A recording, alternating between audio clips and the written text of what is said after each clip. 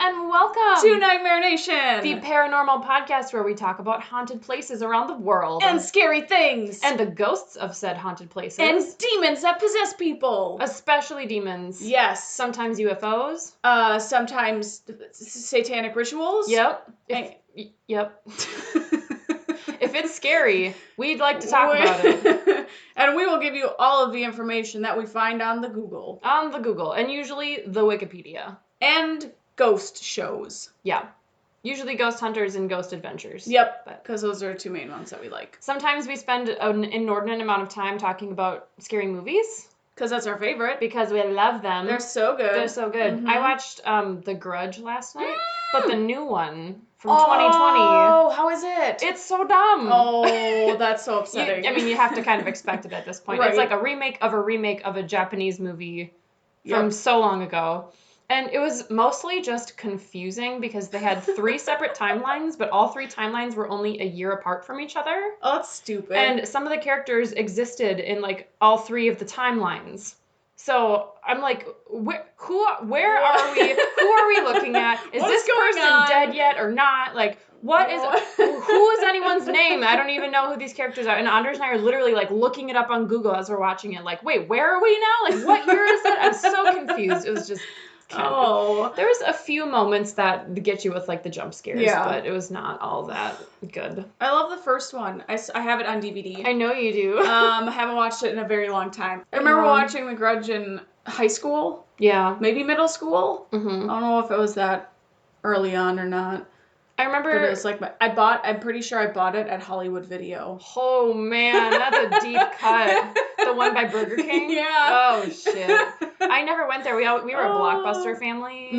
Sorry. I see. I remember seeing The Ring. I think that was the first, like, actual horror movie I ever saw as a human. I actually watched that one. I don't know. It's kind of artsy. Well, it's not. I take that back. It's not artsy.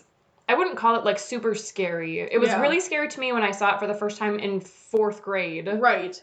And I slept on my parents' floor for, like, a month. I shit you not. I was so scared of that movie. Maybe that's why you never wanted to watch scary movies, because you were horrified by The Ring. I was scarred. Like, permanently, irrevocably scarred from watching that movie. And now we just went back and watched it a few weeks ago. And I'm like, this isn't that scary. No. But, 4th grade self. Yeah, when you're, like, 10. Yeah. Yeah. It's a little terrifying. Yeah. Although we got Maddie who's wanting to watch It. The scary movies. No! I'm like, girl... if you want to, that's fine. I don't care. But don't come crawling into bed with us when you're scared shitless that a clown's going to come out from underneath your bed. Well, especially because the clown from It goes after children. Yeah. It doesn't go... it goes back for the adults in part 2, but, like, it picks on children. Yeah. Intentionally. It's terrifying. So I would not... so much. Yeah, it's so good, though. I love those movies. It's a good movie, but I'm trying to get through the book. It's just a freaking massive-ass book. It's so large. big. All of his books are gigantic. I was trying to put 2 different words together. It's okay. It's fine. I just need to tell you this. Last night I had another hallucination dream. Oh my god. This time it was a white, giant spider mosquito-looking thing coming down on my face. What? I thought it was coming at me, and so I tried to bash it away. Did you slap it in the face? I did, and then I thought that I let it loose from where it was hanging, so then I freaked out and thought it was on my body, and I started going like this, freaking out, and then I just went back to bed. Oh. Yep. So it's like one of those moments where it's not actually a dream. I'm like awake. You're like awake, but your brain is confused. Yes. So like you're not. And like I actually see like something coming down. Oh my god. On top of me. That's so terrifying. Yeah, I don't like it. So then you go back to bed and you remember it the next morning? Yeah. Oh. Pretty much. And Ben's like, why are you slapping me in the face? Pretty much. Stop it. Okay. All right, friends. Tonight, even though it's 11 o'clock in the morning. On a Sunday. But it'll come out on a Tuesday night. Yes. At 8 p.m. Exactly. Central Time. Yes.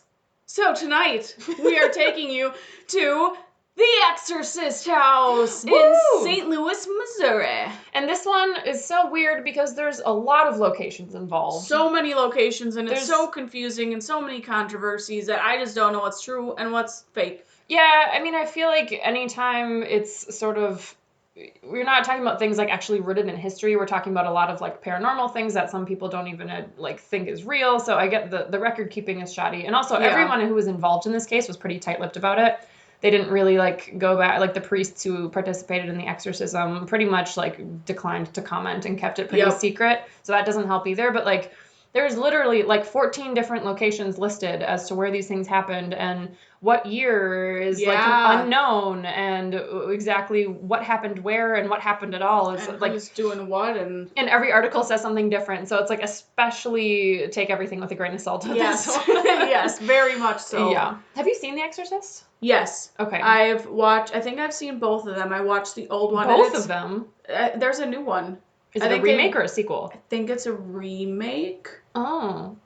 I think. Oh. I'll have to double check that. But yeah, I watched the old one a little bit ago, maybe a couple years ago, and it's pretty scary for being an old movie. Mm-hmm. Like the ending of it is really weird, and I didn't particularly like it. Yeah.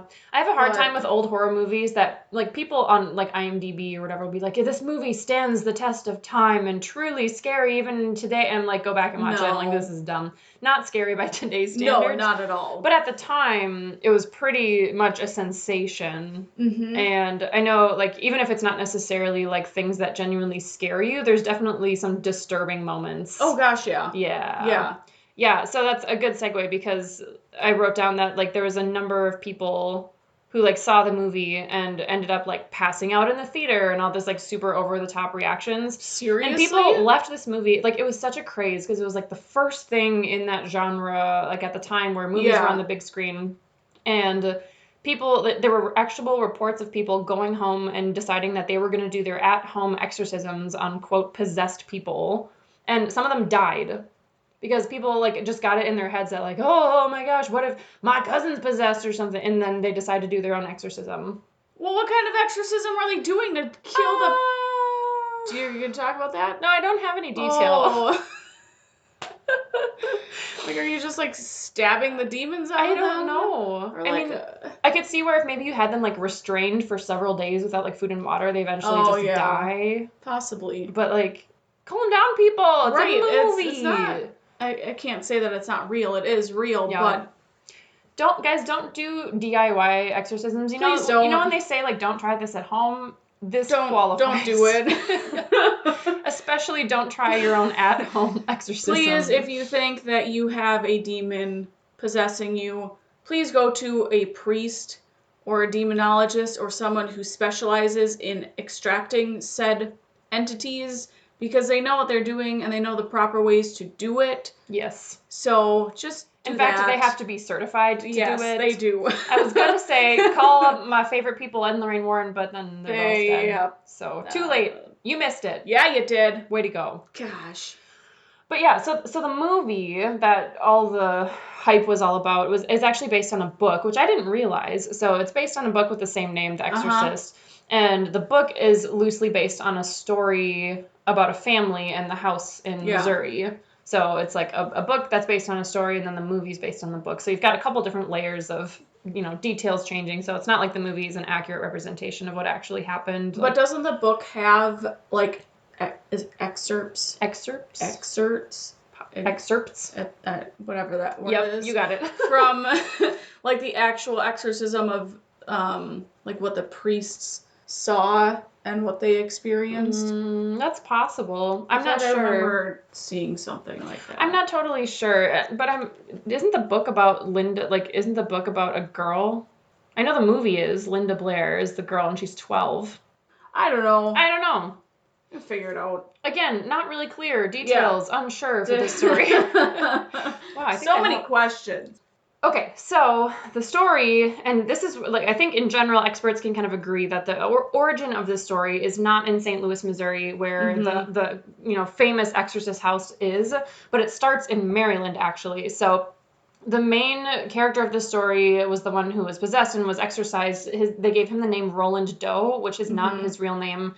I'm assuming it's just a pseudonym to protect his identity. I know the priests were very concerned with making sure his identity was kept secret. So I did see an article somewhere that claimed they knew the actual name of the person, but in, like, every other thing I found on the entire internet said Roland Doe and said the name was unknown. There was one article I read that said that his first name was Roland and his last name started with, like, an H, I think. Oh, I don't remember the full See, the one that I said, or the one that I saw was a completely different name. Oh. So. Okay, well. Yeah, so we don't know. All right. So we're going to go with Roland Doe. There we go. Like Jane Doe or John Doe, but Roland. Roland. So he was born to German Lutheran parents in Maryland in 1935.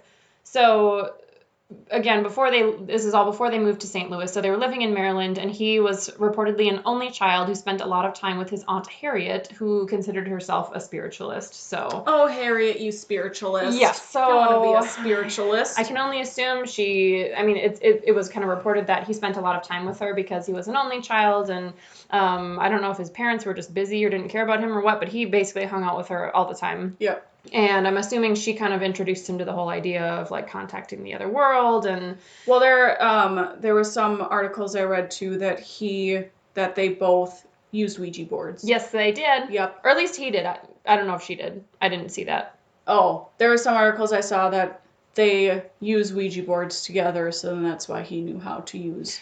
Oh, okay, that would make sense that they did it together, because what happened after that is his aunt died when he was 13, and then he reportedly tried to contact her spirit using a Ouija board. Ouija board. So that makes sense then. If they did it together, like before she passed away, then he knew how to use it. So he tried to contact her using the Ouija board, and that's when, of course, supernatural activity started happening.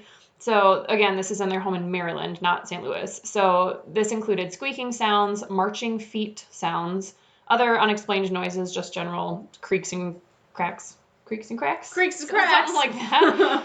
Furniture moving around on its own, objects such as vases flying or levitating on their own, supposedly a picture of Jesus rattled on the wall by itself, and a container of holy water placed near Roland smashed to the ground. Oh, good. I don't know why they had holy water just on hand. Maybe they brought it home from church after they started noticing the scary things. But so scratches would also appear on Roland's body, and, quote, bizarre activity seemed to follow him wherever he went.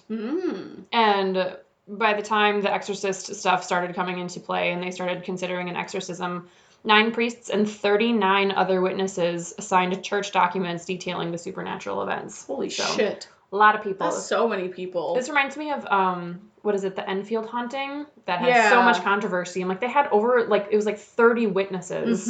That's so many people. That's too many people. Right. It's not one family kind of conspiring amongst themselves and all agreeing on what the story is going to be. You have 39 people. That's too many people to try and keep a true story together. Right. That's a lot. And 9 different priests, which is also a lot.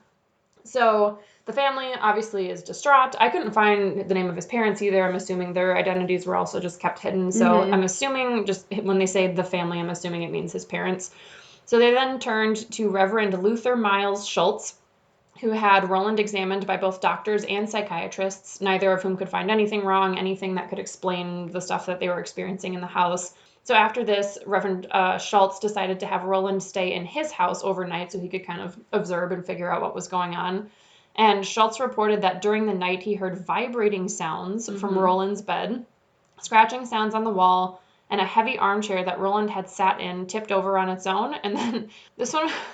I think I read this part and I was so confused by that whole sentence. I'm like, okay, are you even making a coherent sentence right now? Well, so the best part at the end, so they said that there was a pallet of blankets that Roland had slept on, and I think they slapped it in the face. It's like, what? What are you so? It said it started moving around the room and then slapping people in the face. Like what? I'm like, first of all, slapping people, that's implying that there's other people there. Yes, not just the Reverend. But you think it would just be Reverend Schultz if he's having him sleep over at his house. Right.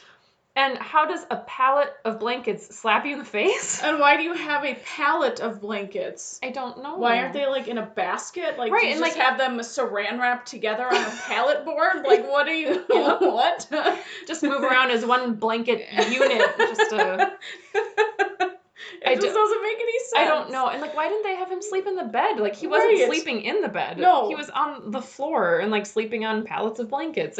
And I was confused with the chair thing because it said that he was sitting in the chair and then it tipped, but then the blankets came in somehow. It was a very confusing sentence. I was also trying to piecemeal my way through that sentence. I'm like, okay, let's try to break this down into logical chunks because you're saying a lot of things right now.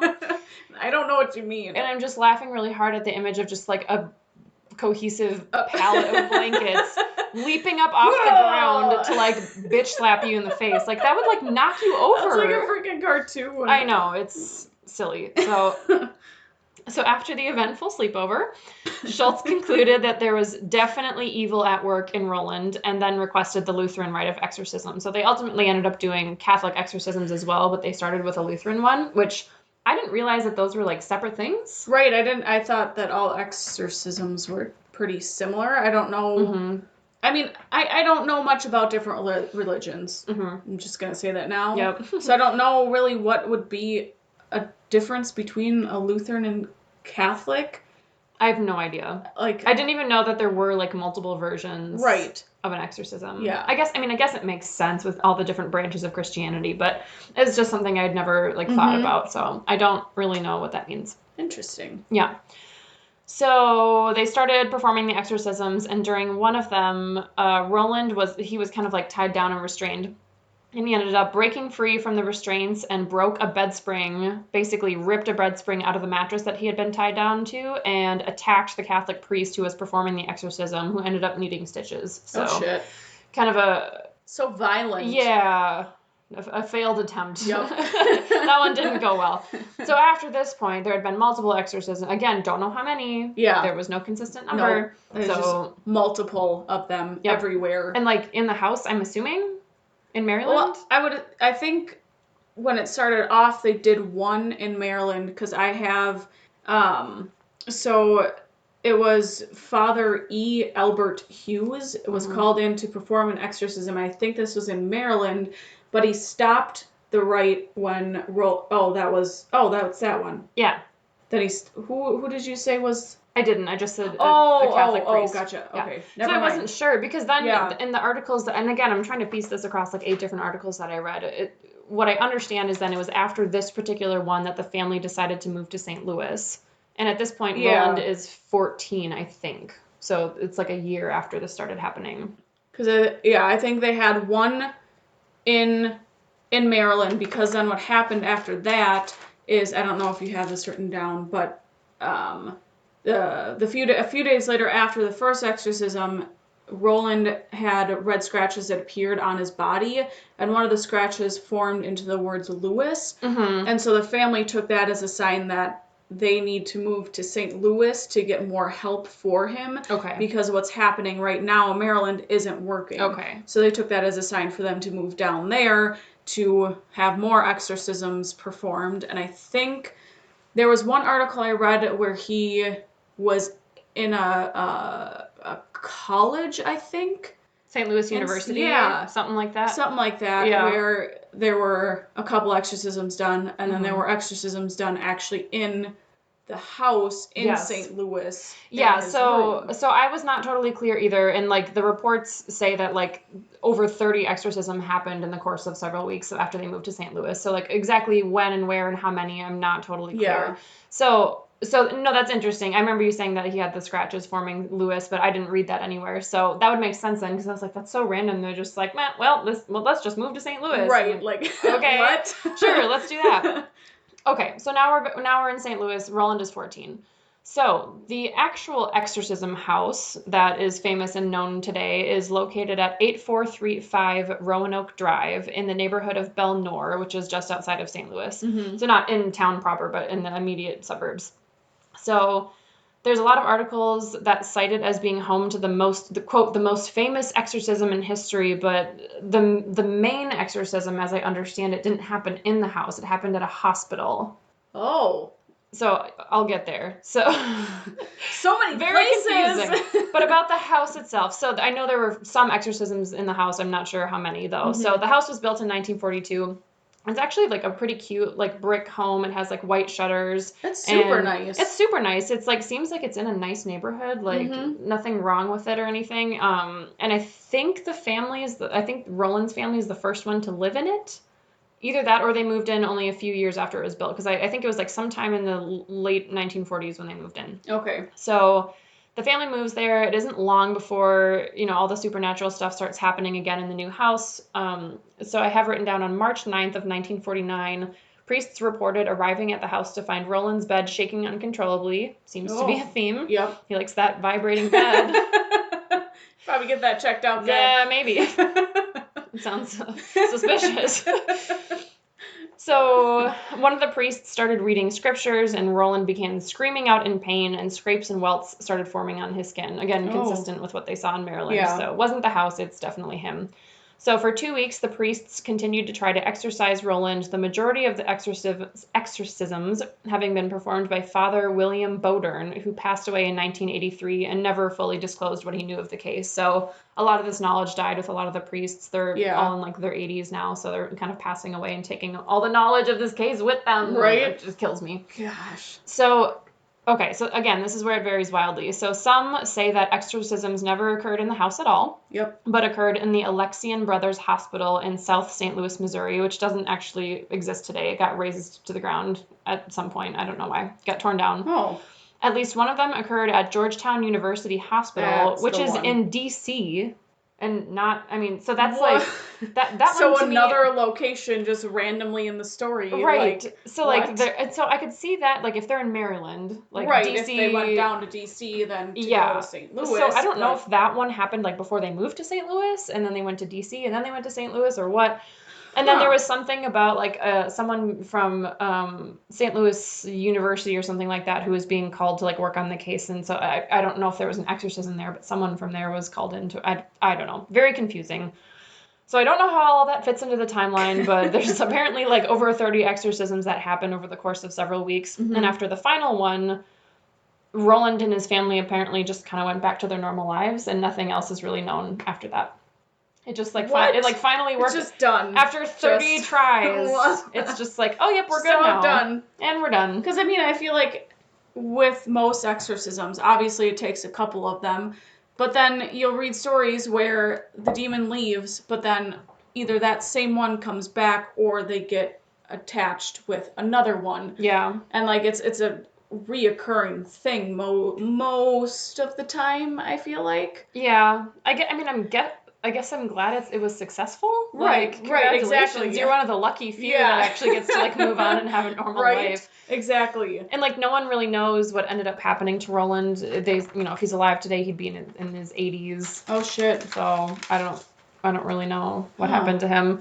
But, so the house today, so the house at 8435 Roanoke Drive, according to Zillow, the house was purchased in 1999. I'm not sure who the owner was. That's as far back as the kind of, like, public record goes, because there obviously wasn't internet in, like, 1940. Right. So I don't know who the owner was. An article from October of 2005 in the Riverfront Times lists Gary Stafford as the current owner. So I'm assuming he bought it in 2005. So he said he bought it as an investment property and didn't know anything about the house's reputation until he bought it. Isn't that something you're supposed to disclose? So, but that was back in 1940, and it was not a murder or a death. It was just an exorcism. Okay. So, and he made that same point, is like, he bought the house out of bankruptcy. I'm assuming he wanted to, like, flip it and then turn it around and sell it. So it's like December of 2005 is when it got purchased again. So I guess it only took him like 6 months, which isn't that bad. But he never actually lived there, and he didn't like talking about the rumors associated with the house because he was convinced it would make it harder to sell. Oh, I'm sure. And he basically said, like, when people were interviewing him about it, he's like, no, it's nothing you have to disclose legally to anyone because there was no death. It was just something that may or may not have even happened in the house. That makes sense. And it's not even something people, like, believe in. Like, you apparently are not legally required to disclose paranormal encounters that happen on a property. Oh. And I think I remember talking about that when we talked about the Conjuring house. I think so, yeah. Because her face was super pissed. So pissed. I'm just so mad. We will never again. I just can't get over her voice. Her accent's so funny. But, like, you don't have to disclose that because it's not proven. Right, exactly. That's a thing. It's, like, more religious and spiritual than anything else. So... Yeah. So the same article that talked about Gary Stafford being pissed that he had basically bought a possession house said the previous owner before that was a man named Elvis Fantroy, who left the house in that June, so right before Gary bought it, and was not heard from again. Oh, jeez. I don't know if he just, like, GTFO'd and was like, I'm done with this house. So theoretically, he's the one that bought it in 1999 then. Okay. Then Gary bought it. Then Gary sold it again. So it was sold again in December of that same year. So he apparently found a buyer. Then the house was foreclosed on and auctioned off in August of 2019. What? Not even a year ago. We could have bought it. We could have freaking bought. God damn it. And it was not listed for that expensive. I want to say it was like the last time it was bought, it was like $180,000. Yeah. That's so cheap. We could totally split that mortgage and live in the haunted house.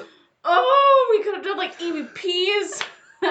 There'd be so many EVPs. Oh my gosh. Yeah. Oh. I was looking, I'm like, come on. I'm like, oh, okay, the house was foreclosed in auction in August 2019. I'm like, wait, that was like not even a year ago. Like, what? That was like 8 months ago. Man. I know. Damn it. So, that's the house today. Chance. I'm sure it'll be a museum.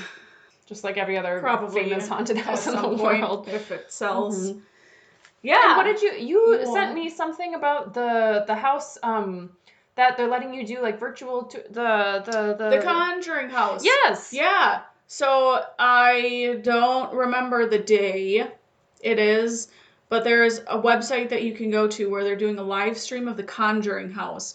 You do have to pay for it. I think it's like $4.99 for a full day or like $20 for a full week. $4.99. I will pay that in a heartbeat. Right. I spent more on that at Taco Bell this morning.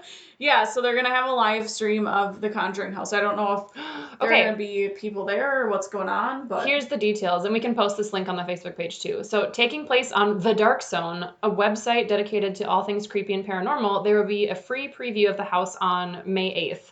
So, okay, yep. Okay, so then the house that is the inspiration behind the hit horror The Conjuring and the family who currently lives there will be live streamed for a week starting on Saturday, May 9th. So, that's next weekend. Yes! Let's watch it! Hey! I'm excited! That'll be sweet! That's amazing. I love it so much. That's so cool. So. That's exciting. Anyway. Nice way to make money. Oh, totally.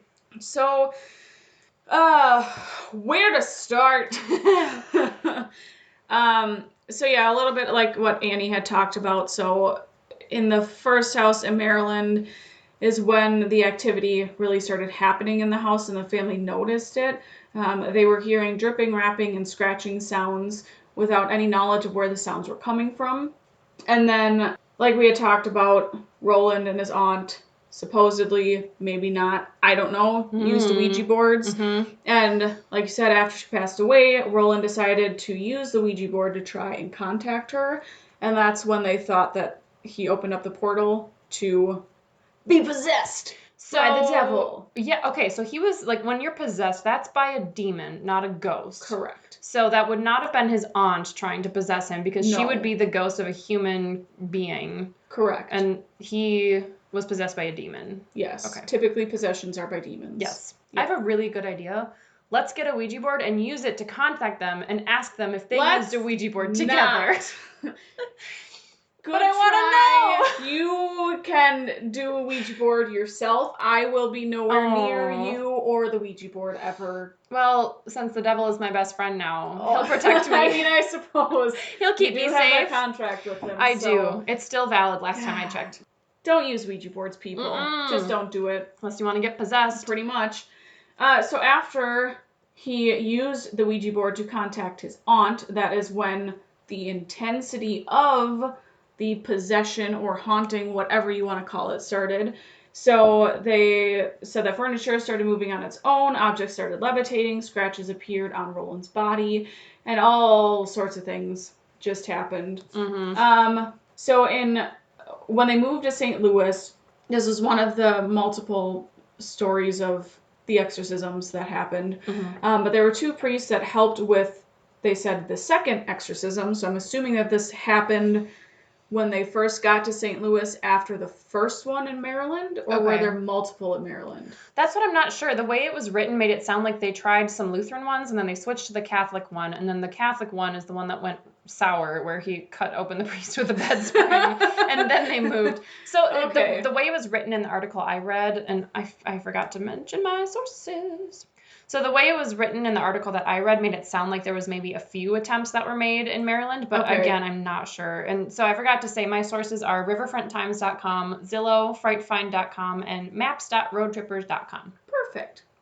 Yeah, so I mean, maybe it was the second one that happened in St. Louis, potentially, not like the second one overall. Yeah, that makes sense. But they had noted the type of behavior that Roland exhibited. He was very calm and normal during the day, but then at night he exhibited strange behavior, including screaming and wild outbursts. And I feel like you see that a lot with demon possessions, is that they're very kind-hearted, very nice, like normal during the day, and then nighttime comes and they just are fucking crazy. Yeah. Are they trying to, like, make you think they're not possessed? Are they trying to, like, play along? Or I think so. I think it depends on the type of demon. I think most of the time that they're very intelligent. And so because essentially they want to try and stay attached to you for as long as possible. And I'll talk a little bit about this during the Ghost Adventures episode, because they spoke with a demonologist, and I thought it was kind of cool. Oh, sweet. What they had talked about and stuff. But most of the time they want to try and stay attached to you as long as possible. That's why that makes they sense. resist any and all exorcisms. So then he was also in a trance-like state and started making sounds in a guttural voice. So that's like a very harsh-sounding throat, like picture like demon sounds. I had to look that up because I didn't know what it meant. Expand your vocabulary. I know. Hooray! Priest also saw mysterious flying objects, like you said, in Roland's presence, and he would also react violently when sacred items were around him. They also saw an X appear in scratches on his chest, as well as a pitchfork-shaped pattern of red lines that moved from the boy's thigh and snaked down towards his ankles. Whoa. So I'm assuming it's just like 3 lines. 3 claw marks going down his leg. I was like, pitchfork-shaped lines. I didn't really think about what that meant. At first I was picturing like pitchfork, like stab marks, and then it was like dragged down. We've been watching so many horror movies. We just watched The Crazies. Did you ever see that movie? No. I don't even know if I know about it. Oh, I think is it Tubi? It's like a TV movie app where all the Paranormal Activity movies are, and I think it's available for free either on Amazon Prime or on Tubi as well. Ooh, I can remember that. I think it was like 2008 or 2010, so it's kind of old, but it's pretty good, and there's a memorable scene with a pitchfork involved. Do they wear masks? No. Is it like a crazy family, Hick family? No, so it's kind of like I think it's small town Iowa, and something infects the drinking water, and everyone basically becomes crazy Hick murderer people. And they're going to like nuke the town because everyone is sick. Oh, good. Yeah. Perfect. Yeah. But it's pretty good. It's pretty decent. But it just, thinking about pitchfork scratching marks brings me back to a kind of squirmy, memorable scene from that movie. Delicious. Yeah. Gross. So when I was researching, I couldn't really find that many articles on what kind of paranormal activity people have experienced in the house. Because when I watched the Ghost Adventures episode, the current owners of the family, this was their 100th episode. So I'm assuming it was back, obviously, in 2005 when whatever owner it was had it. Gary Stafford? Gary. Yeah. Didn't want to talk to them at all about what happened, the history or anything. Okay. All right. So It makes it hard to film an episode. Right. Exactly. They won't talk to you. Yeah. Yeah. So I don't think very many people have actually had a chance to go in and investigate aside from like smaller local paranormal investigators. So smaller scale operations. Yeah. So I didn't find too many things. But the Ghost Adventures episode was actually pretty cool. So like we've talked about, the house is privately owned by a family. So not many investigations have happened there. But they had multiple interviews in like the first half of the episode. One, they talked to her great uncle or great grandpa was one of the priests that did one of the exorcisms. And so she knows about what happened, but she didn't want to really talk about it because she was scared of any repercussions, and she didn't want to actually go into the house or interview by the house because she knew what happened during it. So they actually met her like a couple blocks away by her car to do the interview. Like, she wanted absolutely nothing to do with the house. That feels like a sketchy, like, sting operation. Right? Like, okay, you'll park a few blocks away. We'll meet you at your car. Exactly. Wow. So when you have that intense of a reaction, then some shit probably went down. Oh, hell yeah. Especially if, like, I'm related to someone who performed the exorcism. Like, that shit is real. Yep. I wouldn't want anything to do with it either. No. Like, nope, no demons coming after me.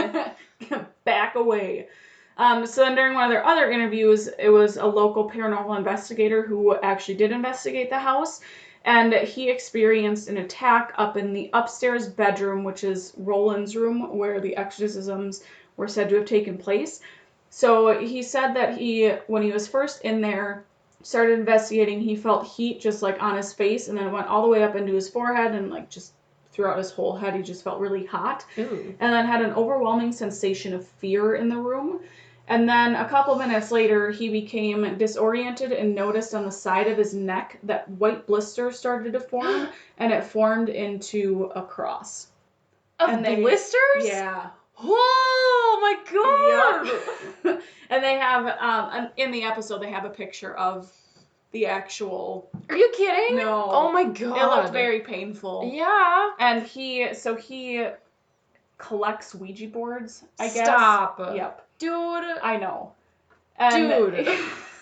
I don't know. I think he may have brought it in with him when he investigated. But later on in the interview, and like in the episode, they bring that Ouija board into the room to try and provoke the spirits or whatever. Of course. But then he said later on that he stores his Ouija board underneath his bed in a little plastic container where all of his other Ouija boards are, which you're fucking stupid. That's a terrible idea. And he said that there are some nights when he wakes up and just sees a black figure in his room. Dude. And it's like, well, yeah, because things attach to certain objects, and so if you were in that house, I'm sure there's something attached to that Ouija board. Yeah. That's gonna come get you. Well, and you're like leaving it in a random ass plastic box with your other Ouija boards that also have spiritual energy. Yep. It's like dumping all the bad things in the world in one pot and giving it a big Pretty stir, much. and then keeping it under your bed. Like, what are you doing? Don't be dumb. That's Put so it in like stupid. a glass case or something. And then sprinkle holy water on it, and then plaster the wall with pages from the Bible, and then bless the room by a priest. Or, just don't have Ouija boards. Don't fucking collect Ouija boards. I just mean, if you truly must collect Ouija boards, you are psychologically compelled to do so, and there's no other way, and you've tried therapy, and you've tried hobbies, and you've tried everything. Just don't be dumb about it. Exactly. Yes. Yep. Okay. So, anyway. Then during another interview, they were outside. I don't remember who it was that they were interviewing at this point, but they were outside of the house, and all of a sudden they heard a loud crack come from the second floor window. So then they go running up, and of course it's the boys' room, and there was a large crack in the window. And because the owners weren't talking to the Ghost Adventures, they don't know if that crack was there beforehand or if it actually happened while they were just chilling there. Yeah, but it sounded like cracking glass when they heard it. Okay. Yep. I don't know. Maybe the owners were trying to scare them away and they went up and like cracked it on purpose. Could have been. Stupid people. So this is the part I feel like I missed a point in my life to become a demonologist. It's not too late. I find it so fascinating. I don't know. I'm just weird. All of that stuff. It's not too late. And demonologists and learning about that kind of stuff. I just think it's super cool. So during the interview, they ask the demonologist about like why do demons essentially why do some people attract demons versus others? And so the demonologist informed them that demons know that they have a sense of future. They know what people are going to be capable of. They know what their future is. So they try and prevent good things from happening. So if they know that someone is set to have like a bright future or change something within the world, then they're more susceptible to a demon possession because the demons want to try and stop all good things from happening, and they can essentially predict future and know what the future entails. What a bunch of dicks. Right? I have never heard that. That's fascinating because it seems to be such a common thread with like all these cases of demonic possession. It always happens to like the sweetest, nicest, most innocent. Like I'm thinking of the story of the exorcism of Emily Rose, and I forget the girl that it's actually based on is German. Her name isn't Emily Rose, but they said the same thing. She's like sweet Christian girl. Like no one would ever suspect that like. It just seems like it always happens to really nice, sweet, good-hearted people. Yep. And that makes sense. Yeah, and you see it a lot too. It happened in the Amityville house and then also in this episode. So there was a priest that was supposed to come out with Zach and the crew. I don't know if it was just like get a sense of the house or to bless them or whatever, but in his travel to the house, he got severely sick and had severe stomach pains and had to go to the hospital, so he wasn't able to go. And that's what happened in the Amityville house, wasn't it, where what was it? Was it the Lutz family tried to call and have a priest come? They tried to have the priest come, but he wouldn't because he got extremely sick after being in the house. And I think he was supposed to come back to bless the house. That sounds right. I think. That was so long ago. I know. That was like 6 months ago. How am I supposed to remember what we've already talked about in our own podcast? So it's like you see that a lot with priests who are supposed to come and help, and they don't, and because demons, they know. Because demons. They are stopping them from coming. Yep. So they suspect that the demons knew that Roland was supposed to do great things and possessed him to try and stop him from good things happening. Poor boy. And they also talked about how demons can disintegrate your health and essentially, and like some possessions have turned into death. Yeah. Like it's that bad. Yep. So. Yep. That's no bueno. It's just so weird. So weird. So then during the investigation, they were there for about 2 hours, just kind of walking around, asking their standard questions, not really doing any provocation in there, and they felt nothing, heard nothing, saw nothing, or whatever. So then they decided that they needed to start doing something, being more proactive, and start with the provocations to get the spirits and entities to do something. So that's when they borrowed the Ouija board from the investigator. No! Then they were down in what they call the nerve center, where they have all their cameras and computers and stuff, and they were talking about it, whether or not that they should actually use it. And while they were talking about it, their thermal camera, which was up in the boys' room, just completely died. No! And when they had set it up, the battery was full, and it was fully charged, and it just died. Them ghosts really love to mess with technology. Right? I'm gonna screw up your phone and your Seriously, camera. assholes. So then it was Zach and Nick who went upstairs into the boys' room. I don't think they actually used the Ouija board. They just had it there as like an object for them to use. So then they had the Ouija board on the bed, and then they used the SB7 spirit box. Pretty sure we've talked about this before. Is that the radio flipping thing? Yeah, so it's a little box thing that you use that flips through radio frequencies extremely fast, and then it's a way for the spirits to come in and say certain phrases, words, whatever it may be. So it's just a way for them to be able to talk to you during it. So during their spirit box session, they started asking questions, and some of the things were freaking crazy. So Zach asked to identify the name of the man attacked in this room, which was the investigator. Oh, yep. And the spirit box comes back saying he needs help.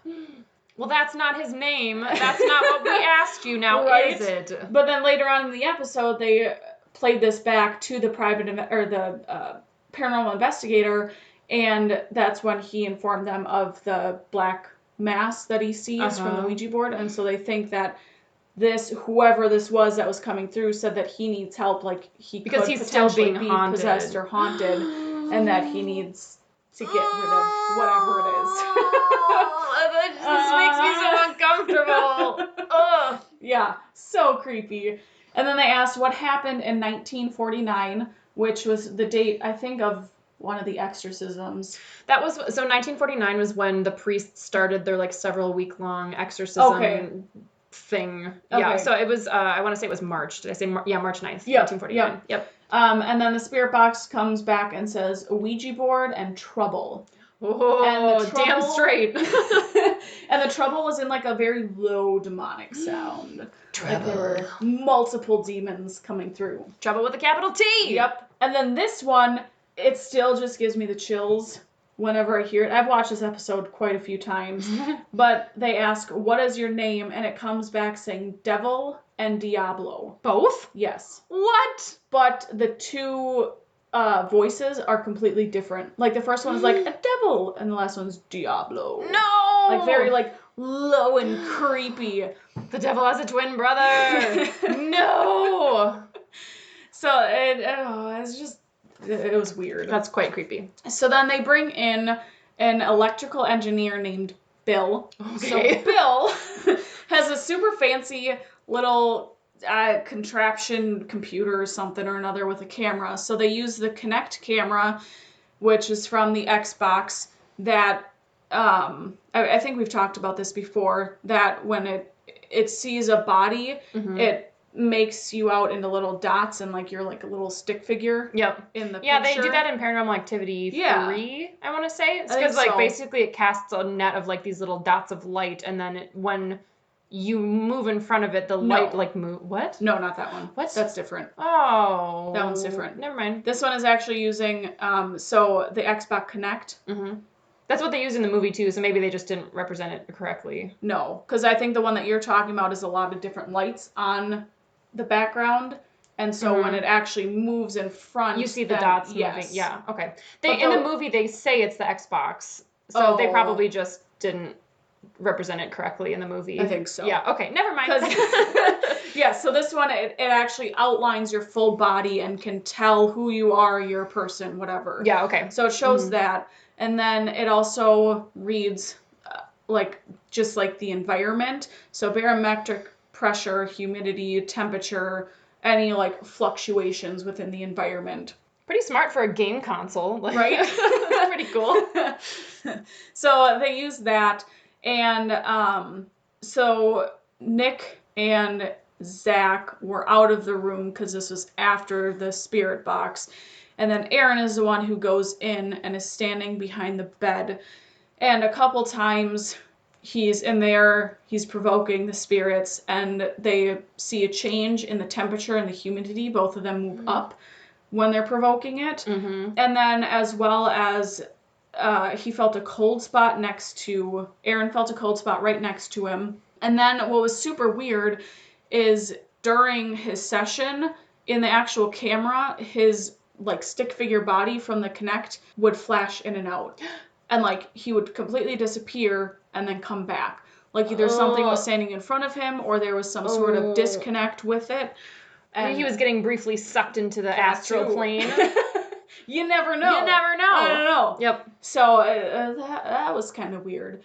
So then Aaron started feeling sick and he just wanted to step out. So then Zach and Nick go into the room and they obviously again start provoking the spirits. And all of a sudden, so you can see in the camera both Nick and Zach with their stick figures. And as they're provoking, asking questions, you see all of a sudden this blue dot in the camera appear behind Zach. And every time he talks about like a cross or God or of course like religious something, the dot gets super angry and it starts shaking. And then at one point just like essentially sucks into Zach. And it's gone. He's possessed. You guys. I mean, breaking he gets news. Possessed so many times during the show. Zach Baggins is a demon. Practically. Just saying. He's been possessed so many times. He needs to calm down a little bit. Yeah, quit it. Seriously. So they had that, and then they were outside, then back in Nerve Center discussing everything that had happened, and they didn't have any of the audio on because they had just one camera in the hallway of the living room close to the stairs that lead upstairs.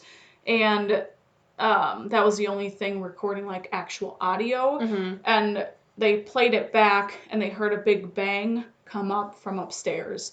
And since they didn't hear it in real time, they weren't able to go up and investigate to see what actually happened. What a missed opportunity. Right? So they're not sure what created the sound, what it was, if anything fell or whatnot. And yeah. Wow. So those are all the... That's intense. Scary things that happen. I want to watch that episode now. It's such a good Xbox episode. Kinect is an interesting tie-in for them. That's pretty cool. Well, it wasn't like the actual Xbox. So they used the software of the Kinect camera. Yeah, I figured. Yeah, they didn't actually walk around with like a literal Xbox Kinect. Like. Yeah. But that's cool. That's very interesting. So there it is. Scary things. Scary stuff. I'd love to go there, but I just want to know what happened there. to Roland, if he's still alive. I just want to talk to him. I just want to know your story. That's all I want for my birthday. Give it to me, please. Best birthday present ever. Birthday present ever. It's my favorite. It's so good. Fuck. Oh, God. Shit. Guys, So, if you've ever used a Ouija board, if you know someone who's been possessed, if you have anything remotely scary that's ever happened to you in your life, let us know. Send it in. NightmareNation19@gmail.com, please. Write your story and we'll feature it on the podcast. Hell yeah, we will. And make sure to check out our Facebook page and Instagram, Nope, no, that's Instagram. Nope. Nightmare_nation19. That's Facebook. It's Facebook. Instagram is nightmare.nation19. That's Instagram. Is that what I said? Yep. Okay, I thought I'm I said just it reiterating. backwards. Okay, cool. I was like, wait, I feel like I said that backwards. We post stuff with Yeah, we post things on the social media. We post all sorts of cool things. Mm-hmm. Pictures from hauntings, some scary stories, some movie clips, all sorts of weird things. Great. So if you like that shit, follow us. Let us know. Rate, review, subscribe. Send in your stories. Everything. And if you have any suggestions on locations you'd like to see covered, let us know. Let us know. We want to know. We want to know. Yep. All right. All right, friends. You know what to do. And you know what not to do. That's what I meant to say. Yep. You both know. We just told you what you should do. And now what you shouldn't do is use a Ouija board. Don't use Ouija boards. Don't be dumb. Don't get possessed by a demon. Don't do satanic rituals. And don't do a freaking at-home DIY exorcism. Yeah, don't do that. That's crying just out loud. That's just dumb. Don't make me tell you again. Don't be stupid. Stop. Seriously. All right. Okay. Until next time. Bye, friends. Bye.